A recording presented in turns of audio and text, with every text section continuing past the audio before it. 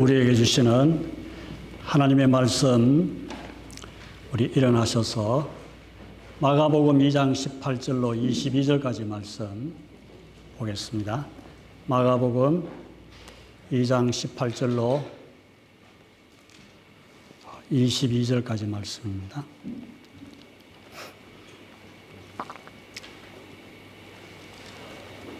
제가 봉독하겠습니다.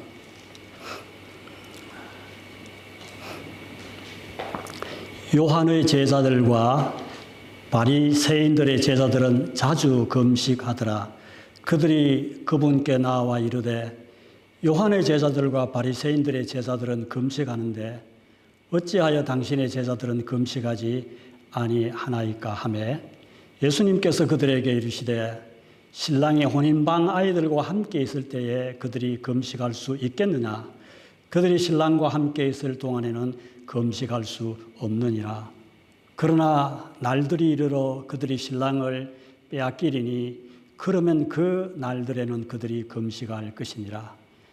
또 아무도 새 옷감 조각을 낡은 옷에 대고 깁지 아니하나니 그렇게 하면 그것을 메운 새 조각이 낡은 옷을 당기어 그 찢어짐이 더 심하게 되느니라.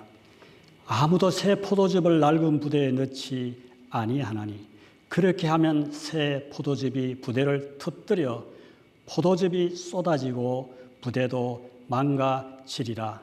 오직 새 포도즙은 반드시 새 부대에 넣어야 하느니라 하시니라.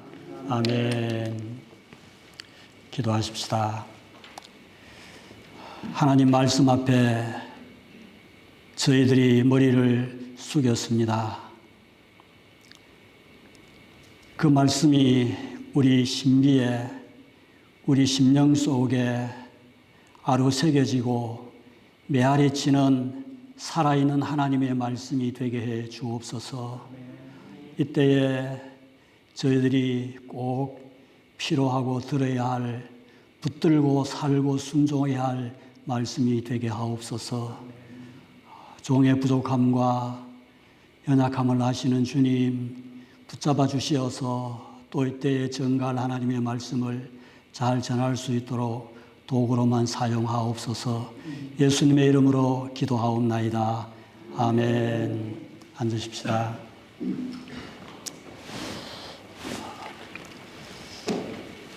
예수님이 세리 마태의 집에 초대받아서 많은 세리들과 그리고 죄인들과 함께 둘러앉아 식탁에서 식사를 하고 계셨습니다. 그 말씀이 바로 그 앞부분 15절에 보면은 그렇게 기록하고 있습니다. 예수님께서 그의 집에서 음식 앞에 앉았을 때에 많은 세리들과 죄인들도 예수님과 그분의 제자들과 함께 앉았으니 이는 많은 사람들이 거기 있었고 그들이 그분을 따랐기 때문이더라. 이렇게 기록합니다. 당시 죄인으로 취급받던 이런 경건하지 않던 그런 사람들이 그곳에 모인 것입니다. 그리고 그곳에 예수님이 계셨고 예수님의 제자들도 거기에 함께 있었습니다. 여러분 그 광경을 한번 가만히 그려보십시오. 저는 그 모인 그곳이 교회가 아닐까 이런 생각을 해봅니다. 사실 이것이 교회입니다. 예수님을 중심으로 함께 모인 그 공동체. 교회 주인은 누구십니까? 예수님이시죠. 예수님을 주인으로 모신 여러 사람들의 모임, 교회입니다. 만날 수 없는 부류의 사람들. 지금 한 식탁에 만나서 서로 식사를 하고 있습니다. 여러분 생각해 보십시오.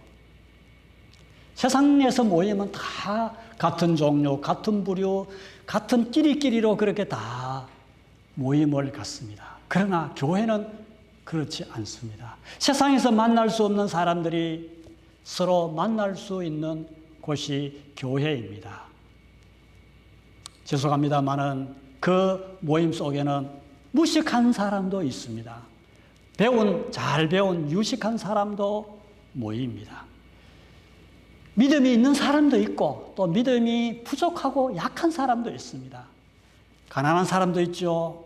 부한 사람, 또 과거에 아주 복잡한 사람, 과거가 깨끗한 사람, 또 남녀노소 천차만별입니다. 이런 사람들이 다 함께 모인 곳이 사실 교회입니다. 세상에서 천대받던 사람들이 세상에서 가장 위대한 하나님의 아들과 격식 없이 대화하고 또 자유롭게 식사를 하고 있습니다. 얼마나 아름답습니까? 교회는 이런 곳이 되어야 합니다. 우리 액통교회도 이런 교회이기를 축원합니다. 그런데 오늘 말씀을 보면 이런 마태의 집에서 예수님을 모시고 함께 기쁘게 즐겁게 식사하고 있는데 바리새인들과 서기관들이 와서 이렇게 말합니다. 요한의 제자들과 바리새인들의 제자들은 금식하는데 어찌하여 당신의 제자들은 금식하지 아니하나이까? 라고 예수님께 나와 따지며 묻습니다. 이 질문에 대해 예수님께서 주신 말씀이 오늘 본문의 내용입니다. 무슨 말씀입니까? 예수님께 하신 이 말씀의 요점은 이렇습니다. 너희들은 새옷과 같은 날마다 새로운 은혜를 주는 내 앞에 나오면서도 구습의 낡은 옷을 버리지 않고 새 포도즙과 같은 그 귀한 하나님의 은혜를 날마다 맛보고 들으면서도 옛날 그 낡은 가죽 부대와 같은 모습으로 살아가고 있구나. 너희들은 도무지 바뀌려고 하지 않구나. 라는 주님의 질책의 말씀을 그들에게 주십니다. 여러분, 오늘 우리도 주님 앞에 나왔습니다. 예수님께 나와 예배 드리고 있습니다. 그러나 한번 생각해 보십시다. 예수님께 왔지만 그 당시 도무지 바뀌지 않는 저들의 모습을 생각하면서 우리들의 모습은 어떠한가? 한번 묵상해 볼 수 있기를 원합니다.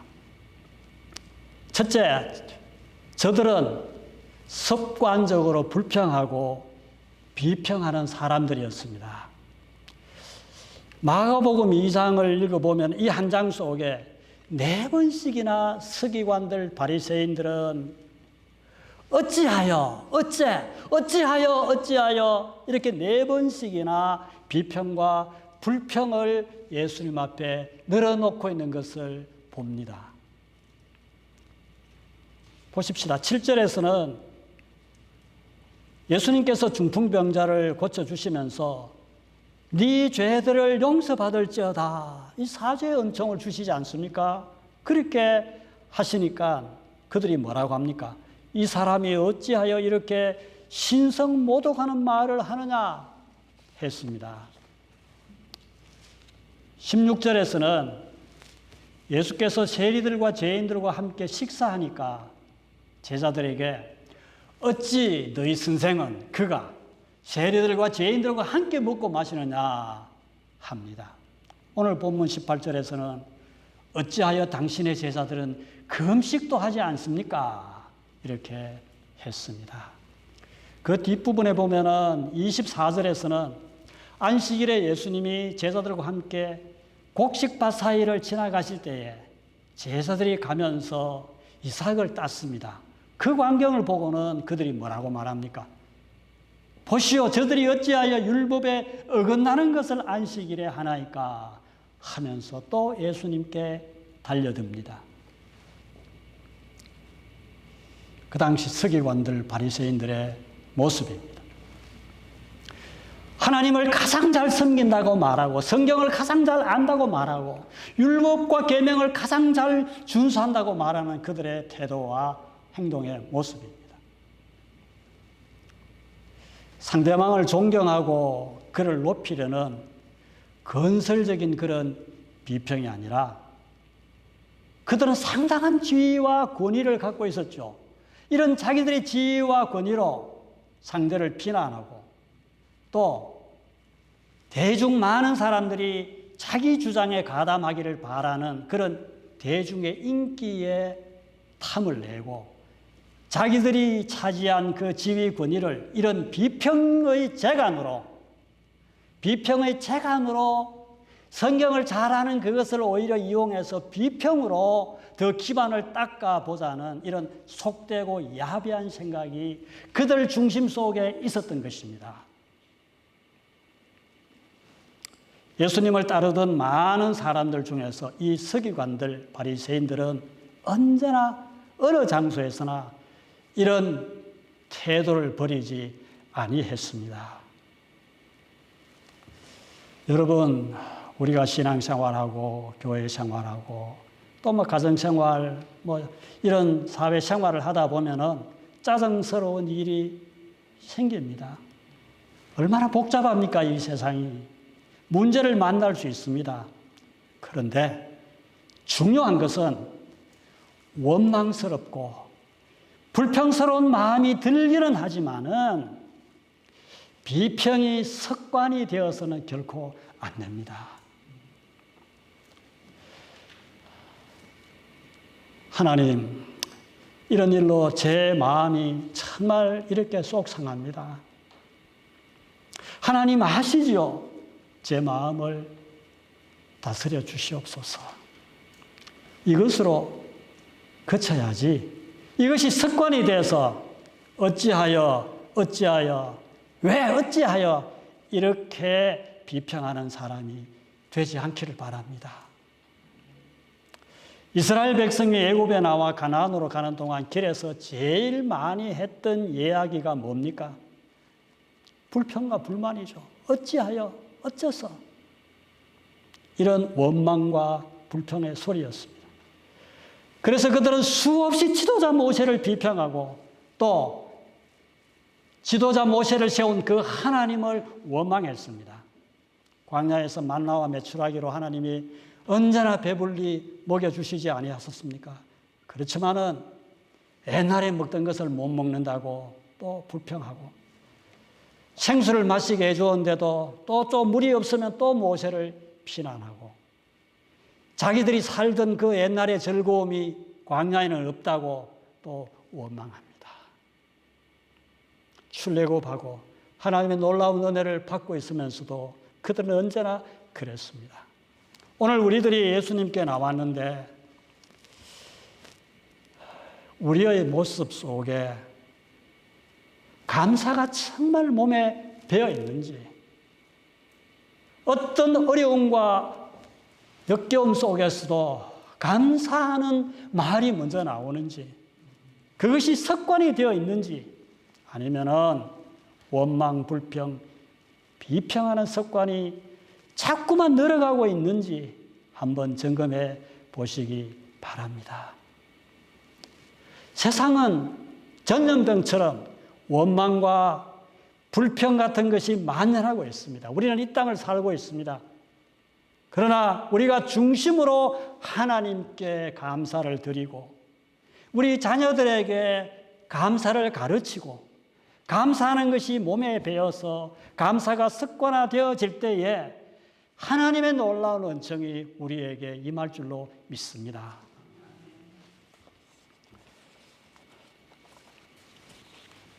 신앙생활은 은혜의 생활입니다. 하나님의 무조건적인 놀라운 사랑과 은혜로 우리가 구원을 받았습니다. 신앙생활은 그러므로 다 은혜로 신앙생활합니다. 은혜가 뭡니까? 어떻게 은혜 생활을 하는 겁니까? 은혜의 생활은 비평보다는 순종과 또 더 나아가서는 복종에 있습니다. 때로는 복종해야 할 때가 있습니다. 다소 어리석어 보여도 괜찮습니다. 다만 예수 그리스도의 그 구속의 은총, 하나님의 그 사죄의 은혜가 너무 크기 때문에 어떤 형편 속에서도 나는 감격하고 감사하고 찬송하는 사람이면 우리는 충분합니다. 큰 사람이 될 수 있기를 축원합니다. 저와 여러분, 우리 교회가 이런 감격과 감사가 몸에 밴 성도들의 공동체가 될 수 있기를 축원합니다. 두 번째로, 예수께 나와 바뀌지 않는 저들의 모습은 어떠합니까? 예수님께 나오기는 했지만은 그들에게는 기쁨이 없습니다. 여러분, 예수님께 나온 사람들은 반드시 기뻐해야 합니다. 기뻐하라고 해서 기뻐해지는 것이 아니라 기뻐할 수밖에 없습니다. 여러분, 그렇지요? 하나님의 은혜로 이 쓸데없는 자 왜 구속하여 주는지 난 알 수 없도다. 어떻게 알겠습니까? 하나님의 은혜로 왜 나 같은 것을 자녀로 삼으시고 구속해 주셨는지 할 길 없습니다. 그래서 기뻐서 몸둘 바를 모르는 것입니다. 알 수 없도다 하는 건 말은 무슨 말입니까? 나는 너무 기쁘다는 것 아닙니까? 너무 감사하다는 그런 표현이죠. 자, 그런데 이 사람들은 금식하다 말고 왔습니다. 자주 금식했거든요. 잘 믿어야 된다고. 그렇다면 금식을 시작했으면 계속 금식할 일이지. 왜 금식하다 말고 예수님께 쪼르륵 쫓아나옵니까? 예수님은 마태복음 6장 16절 이하에서 금식에 대해서 이렇게 교훈하셨습니다. 마태복음 6장 16절 말씀입니다. 너희는 금식할 때에 위선자들처럼 슬픈 기색을 보이지 말라. 그들은 금식하는 것을 사람들에게 보이려고 자기들의 얼굴을 흉하게 하느니라 하셨습니다. 그렇다면 이 사람들은 금식하다가 예수님께 나왔을 때 어떤 얼굴 모습을 했겠습니까? 사람들에게 보이려고, 나 지금 금식하고 있어 하는 것을 나타내려고 분명히 흉한 모습으로, 굉장히 심각한 모습으로 예수님께 왔을 것입니다. 예수님은 그들의 속 중심을 아시고 이렇게 말씀하십니다. 19절 보십시오. 신랑이 혼인방 아이들과 함께 있을 때에 금식할 수 있겠느냐? 여기 혼인방 아이들이란 말은 신랑의 친구들이나 혼인집에 온 손님들, 신랑이 이들과 같이 손님으로 와 있는 이런 사람들이 있는데 너 지금 금식할 수 있겠느냐? 이런 말씀을 하시죠. 무슨 말씀입니까? 유대인들은 속죄일에는 누구나 할 것 없이 반드시 꼭 금식해야 했습니다. 또 오늘 본문에도 있듯이 이들은 자주 금식했습니다. 그저 일주일에 이틀 정도는 그들은 금식한다고 자랑했습니다. 그런데 유대인 잔치는 대개 일주일간 계속이 되는데, 그러나 아무리 속죄일과 같은 민족적 금식 기간이라 할지라도 혼인잔치 7일 동안에는, 신랑과 함께 있는 기간에는 그들은 금식하지 않습니다. 금식하지 않아도 된다고 했습니다. 오히려 신랑과 함께 더 기뻐하고 즐거워하면서 지내야 했던 것입니다. 여러분 한번 상상해 보십시오. 기뻐해야 할 잔치집에 머리도 헝클어지고 수염도 이렇게 막 기르고 초췌한 모습으로 앉아와가지고 다른 사람들은 다 즐겁게 식사하는데 나는 금식하기 때문에 오기는 왔지만 식사도 못하겠소 한다면 되겠습니까? 차라리 오지나 말지. 얼마나 꼴불견이겠습니까? 여러분, 오늘 우리가 예배 드리는 것은 무엇과 같습니까? 잔치하는 것과 같습니다. 여러분 믿으시죠? 예배는 축제요, 기쁨의 잔치입니다. 하나님 앞에서. 그렇다면 예배의 주인공 되신 우리 주 예수 그리스도를 신랑으로 모셔놓은 이 잔치집에서 잔치집의 주인공인 이 신랑을 바라보는 이 기쁨, 하객들과 함께 우리를 위해 죽으시고 부활하시고 오늘도 이곳에 오셔서 우리의 예배를 받으시고 은혜 주시기를 원하시는 그 예수님 앞에 우리가 왔다면 우리는 어떻게 해야 합니까? 예배하면서 정말 기뻐해야겠죠. 감사해야겠죠. 기쁨으로 찬양해야 하겠습니다. 큰 소리로 외치고 찬양하며 솟구치며 춤추며 노래해야 할 것입니다. 신앙이란 억지로 슬픈 기색을 띠고 경건한 척, 근엄한 척 하는 것 아닙니다. 어린아이처럼 기뻐하고 감격하는 것입니다. 그러나 주님 말씀처럼 신랑 대신 예수를 빼앗길 때는 금식하라 하셨습니다. 그 신랑이 악한 무리들에게 잡혀서 십자가에 매달려 못 박혀 죽었을 때에 제사들은 어때야 합니까? 마땅히 금식하며 슬퍼해야 할 것입니다. 우리가 예수를 잘 믿다가 죄의 구렁텅이에 빠졌습니다. 헤어나지 못할 때가 있습니다. 그럴 때 정신이 번쩍 들 때입니다. 그럴 때 우리는 회개하고 또 더 나아가는 금식해야 합니다. 여러분 금식해 보셨죠? 골방에 들어가 은밀한 가운데 보시는 하나님 앞에서 심각하게 애통하며 나의 지은 자를 죄를 통회하며 자복하며 회개해야 하는 것입니다. 그렇지만은 우리가 주일에 이 하나님께 나와 우리가 예배를 드리며 믿음의 식구들과의 만남에 있어서는 기쁘게 예배하고 즐겁게 교제해야 되는 것입니다. 설령 어려운 일이 있어서 금식하다 오실 수도 있습니다. 그러나 슬픈 기색을 보이지 말라. 머리에 기름을 바르고 오히려 그들과 함께 주님의 잔치집에 참여한 손님으로서 기뻐하며 찬송하고 감사하라 말씀하고 있습니다. 이게 신앙생활입니다. 오늘도 우리가 기쁨의 거론 되시는 예수님께로 나아왔다면 그 나온 만큼 기뻐해야 합니다. 나온 만큼 기뻐하는 능력을 받아서 가야 하는 것입니다. 주님과 함께 기쁨을 나누며 교제하는 우리 성도들이 되시기를 축원합니다. 또 예수님에게 왔지만 변화되지 않고 있는 이 사람들은 예수님을 중요하지 않게 생각합니다.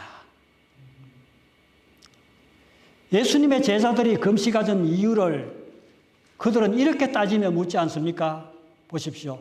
요한의 제자들, 우리 제자들은 금식하는데 어째 당신 제자들은 금식하지 아니합니까? 이 말은 뭡니까? 우리 제자들이 당신 제자보다 훨씬 낫다는 것이죠. 또 더 나아간다면은 바리새인과 서기관인 우리와 비교해서 예수님 당신은 더 나을 것이 없다는 겁니다. 예수님을 중요하지 않게 생각하고 있습니다. 이들은 예수님에게서 무엇을 배우려 하거나 예수님과 더 깊은 교제를 해보려는 생각보다는 자기들이 예수님보다 한 계단 더 높은 사람인 양, 예수님 위에서 예수님을 내려다보면서 예수님의 제자들까지 책잡고 있습니다. 그들은 세례 요한의 말을 오히려 더 중요하게 생각하고 자기들이 내세우는 그런 어떤 전통과 규례를 더 중요하게 생각했습니다. 그들에게 주신 예수님의 답변이 무엇입니까? 신랑과 함께 잔치집에 와 있는 동안은 금식하지 않아도 된다. 무슨 말씀입니까? 잔치집에는 신랑이 최고라는 것입니다. 결혼식 관심의 초점은 오직 신랑에 그리고 신부에 있는 것입니다. 오늘 예수님께서는 천국 잔치집에 들어온 사람이라면 주님을 가장 중요하게 생각하라는 것입니다. 우리가 교회에 와서는 그 무엇보다도 예수님을 가장 중요하게 생각할 수 있기를 바랍니다. 되도록이면은 물론 우리가 의논도 하고 하지만은 그것에 너무 마음이 빼앗겨서 예수님보다는 그것이 더 중요한 것처럼 그렇게 얘기하고 행동하지 않아야 하는 것입니다. 그 사람의 생각과 행동에 보면은 예수님보다는 세상이 더 중요하게 여겨지는 사람입니다.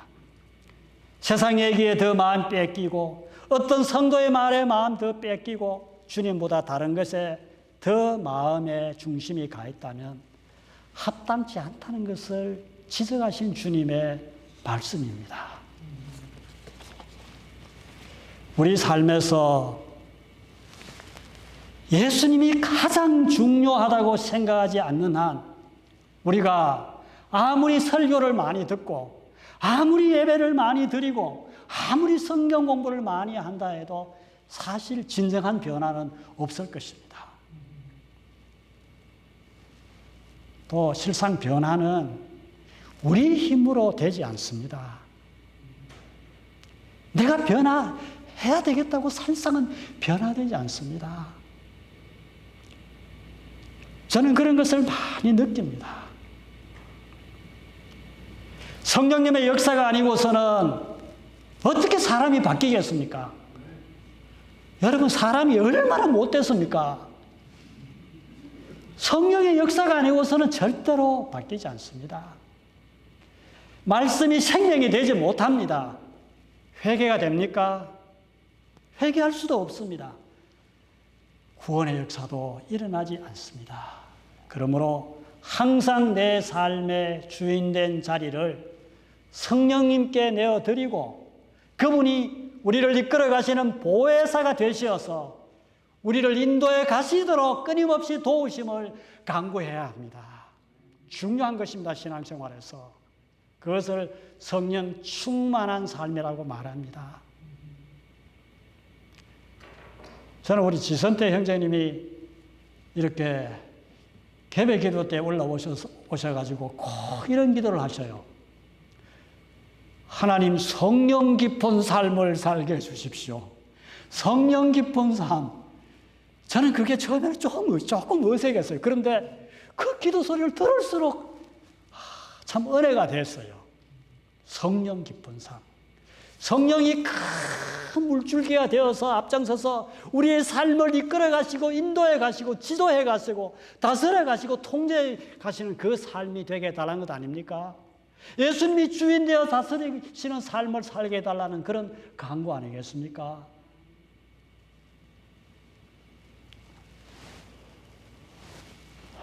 오늘 주님이 결론적으로 하시는 말씀 22절 그 하반절에 보면은 오직 새 포도즙은 반드시 새 부대에 넣어야 하느니라. 당연한 말씀입니다. 무슨 말씀입니까? 예수 믿으면 변화되어야 한다는 것입니다. 진정 예수를 믿는 사람은 변화될 수밖에 없다는 말씀입니다. 누구든지 그리스도 예수 안에 있으면 새로운 피조물이라. 이전 것은 지나갔을 때 보라 새 것이 되었도다. 그리스도를 믿는 사람이라면 과거의 성격이 어떻든지 내 성품이 어떻든지 내 성품도 바뀌어야 되고 내 성격도 바뀌어야 된다는 것입니다. 예수님이 우리 이 못된 성질 성품 하나 못 바뀌시는 그런 분이시겠습니까? 절대로 그런 분 아닙니다. 예수 믿으면 변화되고 바뀌어야 하는 것입니다. 그것을 주님은 말씀하고 있습니다. 여기 새 포도즙은 영원한 생명이신 예수 그리스도를 의미합니다.